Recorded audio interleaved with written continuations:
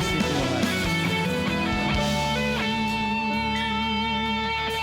Kami siap terima firman Tuhan pada siang hari ini. Kami percaya Engkau ada di tengah-tengah kami dan Kau sedang mempersiapkan berkat yang luar biasa. Bahkan Kau sudah memberkati kami ketika kami masuk pintu gerbang rumah Allah. Dengan sepenuh hati kami percaya surga turun di tengah-tengah kami dan berkat-Mu mengalir atas setiap kami. Nah, tidak ada seorang pun yang tidak diberkati Tuhan. Kami datang dengan kosong dan pulang dengan berkat yang ajaib. Terima kasih untuk kasih setia-Mu yang sudah memberkati kami sampai hari ini. Semua karena kebaikan Tuhan, anugerah Tuhan, semua karena perkenanan Tuhan, semua karena anugerah Tuhan. Tanpa kebaikan-Mu kami tidak pernah bisa ada sampai hari ini. Terpuji nama-Mu. Sampaikan apa yang perlu untuk kami dengar, kami lakukan. Kami rindu menyenangkan hati Tuhan. Dalam nama Yesus berdoa mengucap syukur, yang percaya diberkati katakan amin. Sorak-sorai bagi Allah kita duduk dalam berkat Tuhan. Ya, berikan tepuk tangan sorak-sorai, aplaus yang bagus untuk pemain musik WL Singer yang sudah menjadi berkat bagi kita semua. Ya, shalom Bapak Ibu Saudara yang dikasih diberkati Tuhan. Berapa yang percaya bahwa kita adalah orang yang sangat dicintai, dikasih Tuhan, yang percaya kita dicintai Tuhan. Sorak-sorai bagi Allah kita yang ajaib. Ya, hari ini, siang ini saya bicara bukan tentang berkat, karena sudah terlalu banyak khotbah firman Tuhan soal berkat. Berkat penting dan memang harus ada dalam hidup kita, saudara sekalian. Tapi kalau kita hanya fokus kepada berkat, kita akan menolak Kristus. Kita harus datang mencari sumber berkat, bukan berkatnya. Berkat bisa habis, tapi sumber berkat tidak pernah berkesudahan. Tuhan memberkati terus menerus, sampai kapanpun Tuhan terus memberkati kita. Amin saudara.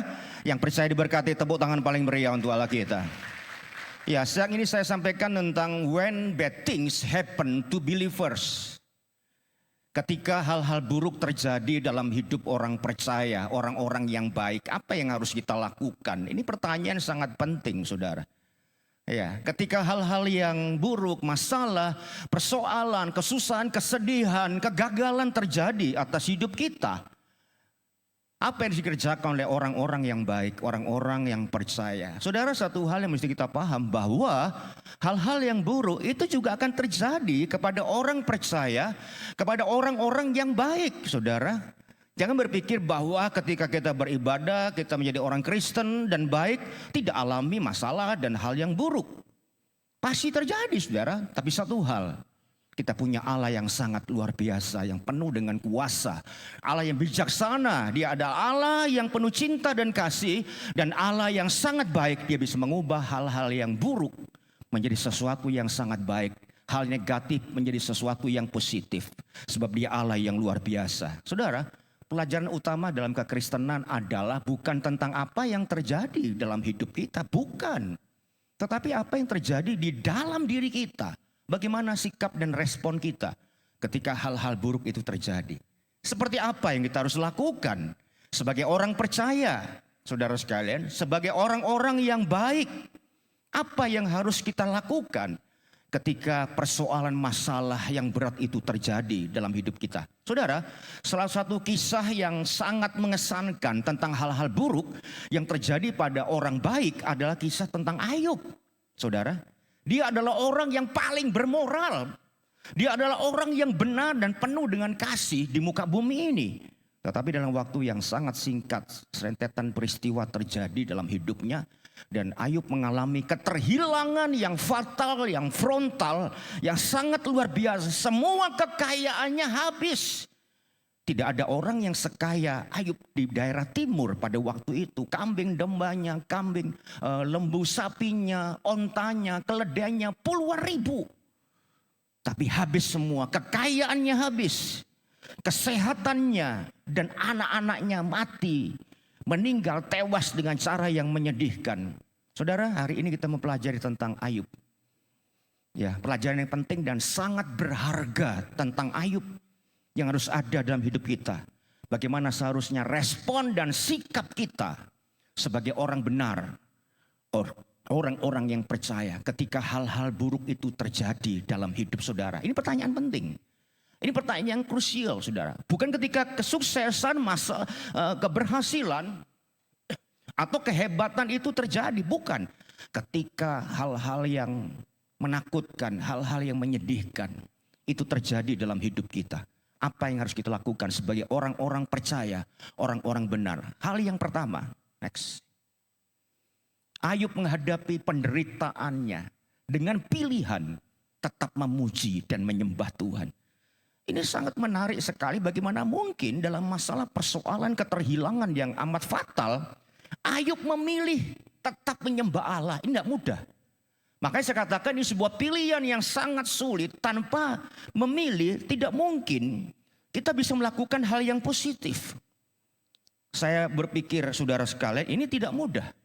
Dalam penderitaan yang sangat besar, Ayub tetap memilih untuk menyembah Tuhan. Setelah saudara sekalian, dia mendengar bahwa semua ternaknya dijarah. Dan beberapa juga mengalami terbakar habis. Kemudian pelayan-pelayannya dan anak-anaknya yang dicintai tewas terbunuh. Apa yang dilakukan oleh Ayub? Next. Ayub 1, 20-21. Kita baca dengan suara yang keras. 2, 3. Maka berdirilah Ayub lalu mengoyak jubahnya dan mencukur kepalanya. Kemudian sujudlah ia dan menyembah. Terus katanya, dengan telanjang aku keluar dari kandungan ibuku. Dengan telanjang juga aku akan kembali ke dalamnya. Tuhan yang memberi, Tuhan yang mengambil. Terpujilah nama Tuhan. Saudara lihat, mengoyak bajunya, mencukur kepalanya, sujud menyembah. Dan berkata, dengan telanjang aku keluar dari kandungan ibuku. Dengan telanjang pula aku kembali ke dalamnya. Tuhan itu yang memberi. Tuhan juga berhak untuk mengambil. Terpujilah nama Tuhan. Saudara, Ayub menghadapi penderitaan yang mengharu biru, saudara. Dengan penyembahan. Saudara, menyembah dalam konteks ini adalah Ayub sujud menyembah sampai wajahnya, mukanya mencium bumi. Saudara, ini satu hal yang tidak mudah.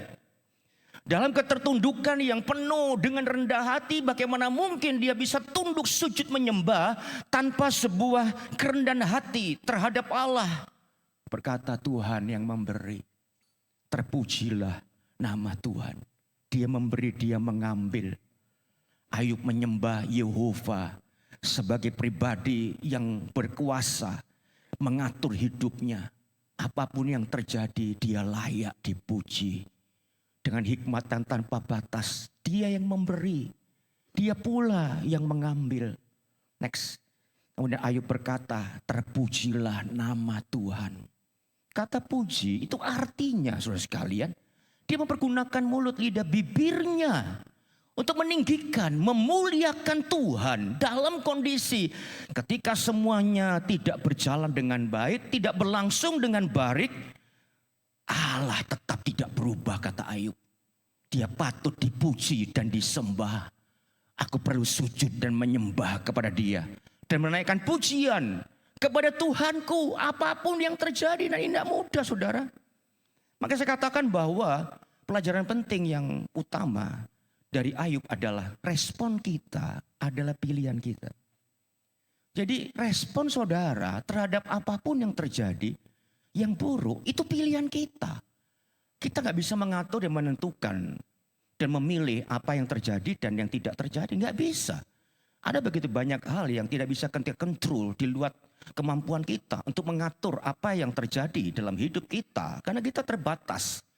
Dia hanya dia yang transenden, saudara. Tapi kita terbatas. Tapi kita bisa menentukan pilihan. Ketika hal-hal buruk yang terjadi, memuji menyembah Tuhan atau bersungut-sungut, menyalahkan, mengeluh. Apakah kita akan berfokus kepada Allah atau berfokus kepada diri kita sendiri? Pilihan ada di tangan kita. Menarik. Ayub tetap memilih, memutuskan, memuji dan menyembah. Sujud menyembah. Ke tanah, wajahnya, mulutnya menyentuh bumi. Saudara, dia tahu persis apapun, 10 apapun yang aku alami. Dia layak disembah. Meskipun hidup mendatangkan luka yang menyakitkan. Next. Penyembahan yang sejati itu, saudara, terkadang amat sangat menyakitkan. Dan terasa mahal. Kenapa? Kalau kita diberkati semua berjalan dengan normal dan baik. Dan Anda menyembah, itu gampang. Tapi bisakah kita lakukan penyembahan dengan ketulusan, kebenaran, sejati? Ketika usaha kita gagal, toko kita nggak rame, ada masalah, ada persoalan. Tapi kita melakukan sebuah penyembahan yang sejati, saudara. Itu sulit, itu mahal. Tapi di balik itu semua ada berkat yang luar biasa. Kadang-kadang berkat itu terbungkus, berkat yang besar dibungkus oleh bungkus yang buruk. Tapi di dalamnya ada kebaikan Tuhan.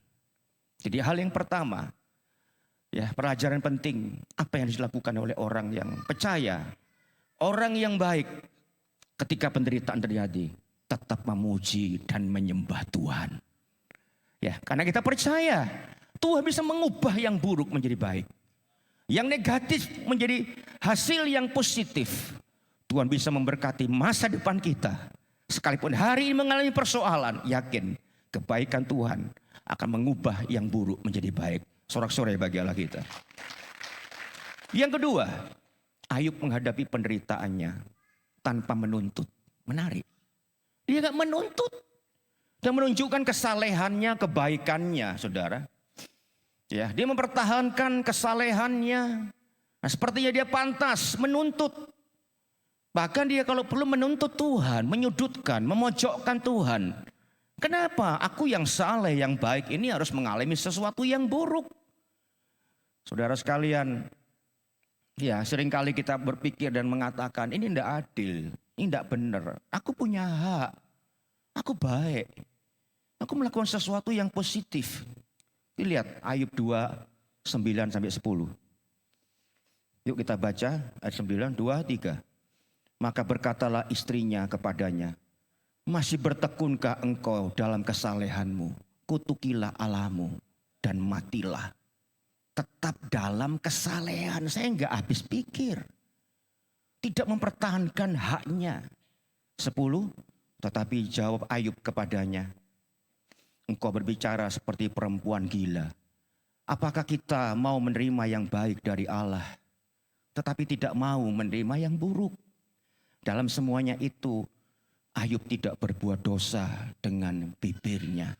Saudara sekalian lihat, ya apa yang dilakukan? Dia mengcounter saudara sekalian, istrinya. Apakah kita mau hanya menerima yang baik dan tidak mau menerima yang buruk? Dalam semuanya itu Ayub tidak berbuat dosa dengan bibirnya. Saudara sekalian, tak lama kemudian setelah Ayub kehilangan semuanya, Ayub yang malang itu terbangun dan dia kaget. Sekujur tubuhnya dipenuhi dengan bisul-bisul merah bernanah. Ya, saudara sekalian, dengan bau yang sangat menyengat. Kemudian saudara sekalian dengan rasa gatal yang luar biasa. Yang tidak tertahankan, dia harus menggaruk bukan dengan kukunya, dengan penggaruk. Tapi dia pakai pecahan beling kaca. Tubuhnya penuh dengan nanah, dengan darah, dengan bau yang menyengat, saudara. Menyedihkan. Penderitaannya saya tidak bisa membayangkan. Dilumuri tubuhnya dengan nanah, saudara sekalian, dengan rasa gatal yang semakin digaruk, semakin gatal, saudara sekalian. Bagaimana mengatasi hal seperti ini? Anda tentu pernah mengalami rasa gatal karena orang mengatakan kena biduran atau kena gabakan, dia kena serangga, sebagainya. Anda menggaruk pakai apa? Pakai penggaruk biasa. Saya kemarin sempat kena gatal, kena serangga. Saya garuk pakai kuku, saudara sekalian. Keluar darah. Lah ini pakai beling, saudara. Saya mencoba untuk berada di sana dan memikirkan kesedihan, kehancuran Ayub, saudara. Sangat menyedihkan sekali. Istrinya gak mendukung. Kutuki Allahmu. Jangan pertahankan kesalehan. Mati saja kamu. Tapi Ayub menolak. Sekali menuntut haknya. Dia gak peduli. Saudara, Ayub menghadapi penderitaannya tanpa menuntut haknya. Sikapnya jelas menarik. Aku datang gak bawa apa-apa. Telanjang. Aku pulang pergi gak bawa apa-apa. Aku juga pergi dengan telanjang. Saudara sekalian, dia tahu persis, saudara, bahwa semua yang dia terima, dia peroleh itu berasal dari Tuhan. Tuhanlah pemberi yang luar biasa. Dan kalau Tuhan mau ambil, Apa urusanku? Aku tidak bisa mempertahankan dan mengcounter tentang kesalehanku, kebaikanku. Sebagai orang yang suci, yang benar. Ini tidak adil. Aku punya hak. Kenapa harus mengalami seperti ini? Aku yang setia ke gereja, tidak pernah absen. Bayar perpuluhan, ngasih persembahan. Aku berbuat baik. Aku lakukan semua yang Tuhan mau. Tapi aku mengalami ini. Ini tidak adil. Aku punya hak dan aku hidup sesuai kehendak Tuhan. Aku setia sampai hari ini setia. Dan tidak pernah meninggalkan gereja. Dia bisa saudara sekalian mengcounter saudara sekalian. Dan menyerang Tuhan, menuntut Tuhan atas kesalehannya. Menarik, dia tahu persis. Dia mengatakan, aku memang sudah terima yang banyak dari Tuhan. Semua yang baik dari Tuhan. Aku menjadi sangat berkelimpahan. Tidak ada orang yang sekaya aku di daerah timur. Dia pemberi yang luar biasa. Semua karena Tuhan. Bukan karena aku saleh dan baik. Kita sadar bahwa tidak ada kesalahan kebaikan kita yang pantas menerima. Ya, sesuatu yang istimewa. Enggak saudara. Semua yang kita terima dari Tuhan. Dia pemberi yang dahsyat. Dia hak Tuhan. Itu pilihan Tuhan. Kalau dia mau ngambil, ya terserah Tuhan. Kata Ayub. Dengan bahasa bebas. Jelas sekali.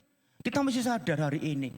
Mobil saudara itu adalah kasih Tuhan, kebaikan Tuhan. Kalau engkau punya mobil hari ini yang bagus, 2, 3, punya rumah, deposito yang banyak. Engkau punya keluarga yang bagus diberkati. Ini kamu besar. Depositomu luar biasa. Itu karena kemurahan Tuhan. Kasih Tuhan. Dan kita tidak mengatakan, aku pantas terima yang baik dari Tuhan. Enggak bisa. Kebaikan kita itu seperti kain lara, kain gobal. Saudara, itu mesti sadar. Semua yang kita terima hari ini, itu karena kasih karunia kebaikan Tuhan. Siapa setuju Tuhan baik? Sore-sore bagilah kita. Kebaikan Tuhan luar biasa saudara. Ayub tidak melakukan seperti dilakukan banyak orang Kristen. Aku pantas. Ini tidak benar ini. Aku punya hak. Banyak orang Kristen ngomong seperti itu. Merasa dirinya baik. Kita baik itu karena anugerah Tuhan. Kita diberkati karena anugerah Tuhan. Kita bisa memberi. Itu karena anugerah Tuhan. Semua kan kebaikan Tuhan. Kembalikan kemuliaan kepada Tuhan. Ayub melihat istrinya yang menderita duka. Dan dia berkata, saudara. Apakah kita hanya mau menerima yang baik-baik saja. Dan tidak mau menerima yang buruk? Masalah. Ayub tidak mengharapkan semua perjalanan hidupnya mulus-mulus saja. Dia tahu persis hidup ini sering tidak nyaman. Ada banyak masalah, persoalan dalam dunia. Dunia bukan firdaus. Ayub tahu hidup itu tidak mudah. Hidup tidak nyaman. Hidup ini sulit. Hidup ini penuh penderitaan. Terkadang hidup ini sangat menyakitkan. Besok di surga. Kita di surga. Kita tidak mengalami sakit penyakit. Setuju katakan amin. Haleluya. Tetapi hari-hari ini di dunia kita menyakitkan. Ayub bisa menerima kenyataan tanpa harus memperjuangkan haknya. Kalau kita sukses berhasil, mengalami sesuatu yang buruk, jangan tuntut hak kepada Tuhan. Percayalah saudara sekalian, semua karena anugerah Tuhan. Kita bisa, kita ada, bekerja, hidup, makan, minum, terberkati semua karena kasih Tuhan. Jangan banggakan kesalahan kita dan menuntut Tuhan. Dan sekalipun kita menderita, percaya di balik penderitaan ada berkat yang luar biasa. Sore-sore bagi Allah kita.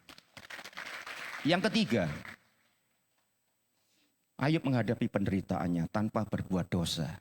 Tetap punya integritas dan tidak mengutuk Allah. Ini saya melihat menarik. Seringkali saudara sekalian, ketika persoalan masalah datang mengharu biru, menekan hidup kita, mendatangkan banyak hal yang menyedihkan. Kita sepertinya punya alasan yang sangat reasonable untuk berbuat dosa. Ada pembenaran, pantas aku berbuat dosa. Tuhan itu kan baik, luar biasa. Dia bisa menjaga, melindungi aku. Enggak perlu mendatangkan hal-hal yang buruk yang menyedihkan itu terjadi dalam hidupku. Bahkan dia bisa mengambil dan menolak dan mengangkat semua hal-hal yang buruk itu dalam hidup aku. Ternyata Tuhan memberi masalah persoalan ini. Jadi aku punya alasan wajar, punya hak untuk berdosa. Ya, kita seringkali saudara melakukan hal seperti itu. Begitu banyak orang Kristen merasa bahwa ya memang aku diizinkan Tuhan. Kalau Tuhan tidak menghendaki, kan Tuhan bisa mengangkat persoalan masalahku. Tuhan bisa melindungi aku, nggak perlu mengalami kecelakaan dan apapun yang buruk. Kenyataannya aku mengalami, berarti Tuhan nggak bisa menyalahkan aku kalau aku berbuat dosa. Wajar dan normal aku berbuat dosa. Saudara, lihat Ayub 1 ayat 22. Yuk kita baca dengan keras, 2, 3. Dalam semuanya itu Ayub tidak berbuat dosa dan tidak menuduh Allah berbuat yang kurang patut. Dalam semuanya, penderitaan, air mata, kesedihan, keterhilangan, kepedihan, kehancuran, puing kehidupan, Ayub tidak berbuat dosa. Dia tidak menuduh Allah berbuat kurang patut. Terkadang kita melihat penderitaan yang kita alami sebagai pembenaran untuk berbuat dosa. Kita pikir itu tidak adil, tidak benar. Kita punya alasan sangat bagus untuk berbuat dosa. Bukankah aku setia ke gereja, bayar perpuluhan, ngasih tidak pernah absen ibadah, suka menolong, suka menyumbang. Kenapa mengalami ini sementara yang jahat, korupsi, koruptor, bisnisnya kotor, brengsek, hancur, jahat, kejam, sukses berhasil. Bisnisnya gemuk, segar, tidak berkekurangan, mobilnya banyak, rumahnya banyak. Sepertinya nggak pernah susah, senang terus. Nggak adil, nggak adil, nggak adil. Kalau aku susah, aku pantas berbuat dosa. Saudara, Ayub menghadapi penderitaannya yang berat tanpa berbuat dosa. Dia tidak mempergunakan semua alasan, sekalipun hal yang terburuk terjadi dalam hidupnya. Dan sepertinya sangat reasonable untuk dia berbuat dosa, berbuat jahat. Tapi Ayub tidak mempergunakan hal itu untuk alasan berbuat dosa dan menyedihkan hati Tuhan. Ini luar biasa. Next, Ayub 2 ayat 3. Firman Tuhan kepada iblis. Tuhan bicara kepada iblis. Apakah kamu memperhatikan hambaku Ayub? Sebab tiada seorang pun di bumi seperti dia, yang sedemikian saleh dan jujur. Luar biasa. Takut akan Allah, menjauhi kejahatan. Ia tetap tekun dalam kesalehannya. Meskipun engkau telah membujuk aku melawan dia untuk mencelakakan, tanpa alasan iblis membujuk Tuhan untuk mencelakakan Ayub tanpa alasan. Ya, dia saleh dan jujur. Takut akan Tuhan. Menjauhi kejahatan, sementara orang senang berbuat jahat dan mendekati kejahatan, berkecimpung dalam kejahatan dan dosa, dan terus menerus ada bergelimang dalam dosa-dosa yang sama dan merasa tidak apa-apa karena sudah terbiasa, jadi habituasi, sehingga pada akhirnya berpikir ini wajar dan normal. Waduh saudara, ini berbahaya. Ayub luar biasa, tetap saleh. Next, Ayub 2 ayat 9. Kita baca 2, 3. Maka berkatalah istrinya kepadanya, masih bertekunkah engkau dalam kesalehanmu? Kutukilah Allahmu dan matilah. Tetap bertekun dalam kesalehan. Tidak berbuat dosa. Tetap punya integritas. Apa integritas? Hebrew bahasa aslinya, integritas itu mengacu kepada kesempurnaan. Kesempurnaan itu adalah tanpa cacat dan celah. Tidak ada cacatnya, tidak ada celahnya. Lukisan kalau ada sedikit noda itu ada cacat, ada celah, tidak sempurna. Ayub itu sempurna, punya integritas di dalam menghadapi penderitaan yang sangat berat, yang sangat menghancurkan hatinya dan hidupnya. Ia tetap sempurna, dia utuh, keutuhan.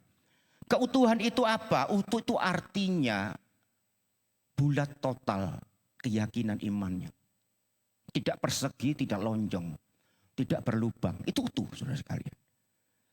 Dalam kebenaran, benar itu tidak menyimpang ke kanon ataupun ke kiri. Banyak anak Tuhan orang Kristen ketika dalam persoalan masalah yang berat, dia cenderung untuk kiri kanan, maju mundur belakang saudara sekalian. Tidak konstan, tidak konsistensi, tidak punya konsistensi dalam hidupnya, tidak punya integritas. Ayub punya kemurnian. Murni itu tanpa campuran apa-apa. Kita sering cari madu yang murni, susu yang murni. Itu penting. Tapi kemurnian itu tidak mudah. Tuhan mencari orang yang murni. Iman yang murni tanpa campuran saudara sekalian. Tulus. Orang baik banyak tapi tulus sedikit. Kita harus menjadi orang-orang yang baik dan tulus. Saya setuju, katakan amin. Tuhan mencari orang yang baik. Orang yang baik dan tulus hati. Sudah sangat langka. Tapi kalau ini ada dalam diri Anda, saya percaya. Apapun yang kau perlukan, butuhkan dan inginkan, Tuhan akan nyatakan secara dahsyat, secara luar biasa. Sebab Dia Tuhan yang baik, menghargai kebaikan dan ketulusan. Orang yang tulus pasti diberkati Tuhan. Sorak-sorai bagi Allah kita. Dalam Kejadian 20 next ayat 5, integritas diinterpretasikan dengan hati yang tulus. Tulus hati, jernih, bening. Tidak punya agenda hatinya. Banyak orang punya agenda, munafik. Tidak tulus, cerdik seperti ular, tulus merepati. Tapi banyak cerdik seperti ular, tulus seperti bulus, saudara sekalian. Ini repot, saudara. Ya, tulus, tangannya suci, usahanya, bisnisnya, tangannya tidak penuh darah. Masa enak, saudara sekalian, sukses berhasil dengan tangan yang berdarah. Ya, tidak suci, uangnya banyak, tapi tidak benar, saudara sekalian. Caranya tidak benar, tangannya tidak suci. Kemudian dalam Pemazmur sinonimnya adalah tentang kebenaran dan kesucian. Saudara, menarik bahwa Ayub itu tidak bersalah. Ketika dia belum mengalami hal yang buruk, kehancuran yang menyedihkan, yang membuat hidupnya mengalami puing-puing kehancuran. Ketika dia sukses berhasil dan sangat kaya raya, dia tidak berbuat dosa. Nah, banyak orang ketika diberkati berbuat dosa. Ya, jauh dari Tuhan, sembarangan. Banyak orang sukses berhasil, tinggalkan Tuhan. Ya, kemudian dia mempergunakan hartanya untuk berbuat dosa. Jahat. Ayub tidak berbuat dosa, tidak bersalah ketika sukses berhasil. Dan setelah dia mengalami kebangkrutan yang total, kehancuran yang fatal, fatalism, kehancuran yang frontal yang luar biasa, Ayub tidak berbuat dosa, tidak berbuat salah, tidak tergoda dengan deraan cobaan yang luar biasa, tidak mengubah dia menjadi buruk, tapi justru yang menarik, dia makin suci, makin benar, mempertahankan kesalehannya, makin berkelas, naik tingkat. Dan orang yang naik tingkat rohaninya, pasti berkatnya naik tingkat dan pasti lebih diberkati oleh Tuhan. Haleluya. Iblis berniat untuk, saudara sekalian, menghancurkan Ayub. Ya, dan minta supaya Tuhan, ya saudara, kemudian kalau Tuhan melakukan sesuatu yang buruk, berharap Ayub akan mengutuk Allah di hadapannya. Ayub 1 ayat 11 nanti baca di rumah. Tetapi ulurkanlah tanganmu dan jamalah Ayub segala yang dipunyainya. Ia pasti mengutuki engkau di hadapanmu, saudara sekalian. Ya, iblis yang sengaja. Tapi saudara, yang sangat menarik, Ayub tidak sudi membuat setan puas. Bagi Ayub, apapun yang terjadi, seburuk apapun yang dia alami, dia terima. Allah tetap pantas dan layak diikuti, dipuji dan disembah. Ini luar biasa. Di dalam kehancuran hidupnya, hatinya yang sedih dan susah, Ayub tetap mengikut Tuhan, setia. Coba renungkan next. Allah mana yang lebih baik? Saudara sekalian, Allah yang hanya mengizinkan hal-hal yang baik terjadi dalam hidup saudara, atau Allah yang layak dipercaya meskipun hal-hal buruk terjadi, dia pantas dipercaya. Apapun yang buruk, karena dia bisa mengubah yang buruk menjadi sangat baik. Amin, saudara. Siapa yang bangga dan percaya? Apapun yang terjadi, Yesus pasti dan selalu baik. Sorak-sorai bagi Allah kita. Haleluya. Yang terakhir, dalam penderitaan yang amat sangat, Ayub menolak untuk menyerah. Dia never give up. Tidak menyerah dan tidak mengakhiri hidupnya dengan bunuh diri. Dia menolak, berpaling dan meninggalkan Tuhan. Sementara kita tahu persis begitu banyak orang ketika persoalan, baru sekedar persoalan biasa, sudah patah semangat, menyerah, ingin mati saja Tuhan, aku bosan hidup. Pada persoalannya dibandingkan Ayub gak ada sekukunya, saudara. Dan berpaling dari Tuhan, meninggalkan Tuhan, tidak ke gereja, tidak berdoa, dan meninggalkan segala kegiatan rohani. Tapi beda, Ayub tidak menyerah. Ini hal berharga yang harus kita ikuti. Tidak meninggalkan Tuhan. Tidak berpikir bunuh diri. Next. Ayub 2, 9, 10. Yuk kita baca 2, 3. Ayat 9. Maka berkatalah istrinya kepadanya. Masih bertekunkah engkau dalam kesalehanmu? Kutukilah Allahmu, matilah. Jadi suaminya disuruh menyerah dan mati saja. Ya, tidak usah hidup. Tinggalkan Allahmu, kutuki Allahmu. Tapi apa kata Ayub? Ayub 13, 15, 2, 3. Lihatlah, ia hendak membunuh aku. Tak ada harapan bagiku. Namun aku hendak membela perilakuku, langkah-langkahku di hadapannya. Nah, setuju katakan amin. Apapun yang terjadi sekalipun Tuhan mau membunuh aku tidak punya harapan. Harapanku sudah tipis, gak ada lagi, sudah habis. Tapi aku hendak membela, mempertahankan. Aku setia, menunjukkan perilakuku di hadapannya. Kesetiaanku, kesungguhanku, pujian, penyembahanku, kesungguhanku. Sekalipun aku mengalami hal-hal yang buruk. Luar biasa saudara sekalian. Apa yang dilakukan oleh Ayub. Saudara, tingkat kematian pembunuhan dan bunuh diri di Amerika itu meroket. Setiap tahun ada 20.000 orang yang terbunuh, yang dibunuh. Dan ada 31.000 orang yang mencabut nyawanya sendiri, bunuh diri. Saudara, dan itu menunjukkan bahwa tipisnya iman mereka, budaya mereka tidak tough. Pemahaman pengertian mereka, iman yang tipis. Sehingga itu mereka dilakukan. Beberapa tahun terakhir kita melihat begitu banyak pemahaman, pengertian. Statement dinyatakan bahwa kalau kita bunuh diri, mengakhiri hidup, cabut nyawa sendiri, itu sah dan normal. Ketika persoalan, masalah, dan hal-hal yang buruk, tekanan hidup terjadi, terus bersilih berganti, terus bergulir, seperti gulungan ombak yang tidak pernah berhenti. Persoalan terus ada dan kita gak bisa keluar dari persoalan masalah kita. Stres, tekanan, distres terjadi yang begitu berat menghantam hidup kita. Penyakit kita tidak sembuh-sembuh bertahun-tahun, puluhan tahun. Dan tidak ada obat yang bisa menyembuhkan aku. Pantaslah aku lebih baik mati. Eutanasia, bunuh diri, tidak apa-apa. Kejap, buat apa kita hidup tapi kita menderita, mendingan kita mati. Dan itu hak setiap orang. Banyak orang melakukan hal seperti itu. Saudara, karena mereka merasa bahwa itu adalah hak mereka. Karena mereka tidak bisa keluar dari persoalan masalah mereka. Saudara sekalian, next, penderitaan dapat membuat kita ingin mengakhiri hidup, bunuh diri. Ya, tapi Ayub tidak menuruti nasihat istrinya untuk menyerah dan mati bunuh diri. Ayub memang pernah, saudara sekalian, mengatakan dia ingin tidak pernah dilahirkan. Apa saudara pernah mengalami? Lebih baik aku tidak dilahirkan. Kalau hidup seperti ini susah, menderita, banyak masalah. Mendingan aku tidak usah lahir. Apakah Anda pernah berpikir seperti itu? Ayub pernah. Tapi Ayub tidak pernah berpikir dan menginginkan untuk mati. Apalagi bunuh diri. Tidak.